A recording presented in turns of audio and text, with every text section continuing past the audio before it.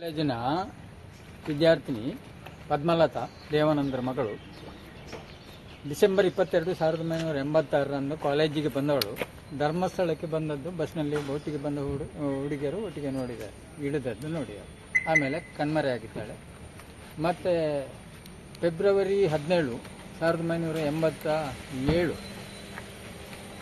ಕೊಳೆತ ಸ್ಥಿತಿಯಲ್ಲಿ ನೆರೆಯ ಹೊಲೆ ಕುದುರೆಯದ ಹತ್ರ ಶವ ಸಿಕ್ಕಿದೆ. ಶವ ಎಲ್ಲ ಕೊಳೆತೋಗಿದೆ. ಕೇವಲ ಡ್ರೆಸ್ ಮತ್ತು ಅವಳು ಕಟ್ಟಿದ ವಾಚಿನಲ್ಲಿ ಅದು ಪದ್ಮಲತಾ ಎಂದು ನಾವು ಗುರುತು ಹಿಡಿಯಲಿಕ್ಕೆ ಸಾಧ್ಯ.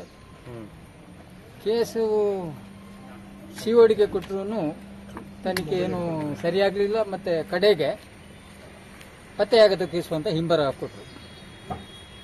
ಅದರೆಡೆಗೆ ತುಂಬ ಎಲ್ಲ ಆಗಿದೆ. ಆದರೂ ಏನು ಅವರು ಅಪರಾಧಿಗಳನ್ನು ಹಿಡಿಯುವ ಕೆಲಸ ಮಾಡಲೇ ಇಲ್ಲ.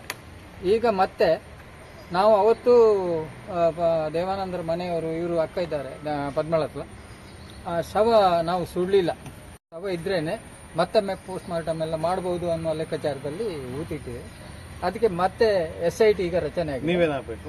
ನಾನು CPIM ಪಾರ್ಟಿಯ ತಾಲೂಕು ಸಮಿತಿ ಸದಸ್ಯ. ನಮ್ಮ ಕಾರ್ಯದರ್ಶಿಗಳು BM ಭಟ್ರು, ಆಗ ವಿಷ್ಣುಮೂರ್ತಿ ಅಂತ ಇದ್ರು. ವಿಷ್ಣುಮೂರ್ತಿಯವರು ಕರ್ಕೊಂಡು ಬಂದು ಇಲ್ಲಿ ಕಂಪ್ಲೇಂಟ್ ಕೊಟ್ಟದ್ದು ವಿಷ್ಣುಮೂರ್ತಿ ಮತ್ತು ದೇವಾನಂದರು ಕೊಟ್ಟದ್ದು ವಿಷ್ಣುಮೂರ್ತಿ ಅವರು ಬಂದಿದ್ರು. ಕಾಲೇಜಿನ ವಿದ್ಯಾರ್ಥಿನಿ ಪದ್ಮಲತಾ ದೇವಾನಂದರ ಮಗಳು ಡಿಸೆಂಬರ್ 22, 1986ರಂದು ಕಾಲೇಜಿಗೆ ಬಂದವಳು. ಧರ್ಮಸ್ಥಳಕ್ಕೆ ಬಂದದ್ದು ಬಸ್ನಲ್ಲಿ ಬೋಟಿಗೆ ಬಂದ ಹುಡುಗಿಯರು ಒಟ್ಟಿಗೆ ನೋಡಿದ್ದಾರೆ, ಇಳಿದದ್ದು ನೋಡಿದ್ದಾರೆ. ಆಮೇಲೆ ಕಣ್ಮರೆಯಾಗಿದ್ದಾಳೆ. ಮತ್ತು ಫೆಬ್ರವರಿ 17, 1987 ಕೊಳೆತ ಸ್ಥಿತಿಯಲ್ಲಿ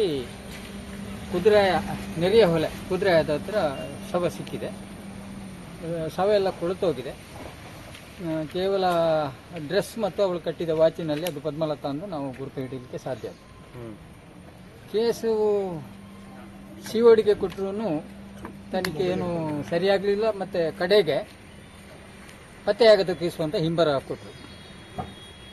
ಅದರೆಡೆಗೆ ತುಂಬ ಎಲ್ಲ ಆಗಿದೆ. ಆದರೂ ಏನು ಅವರು ಅಪರಾಧಿಗಳನ್ನು ಹಿಡಿಯುವ ಕೆಲಸ ಮಾಡಲೇ ಇಲ್ಲ.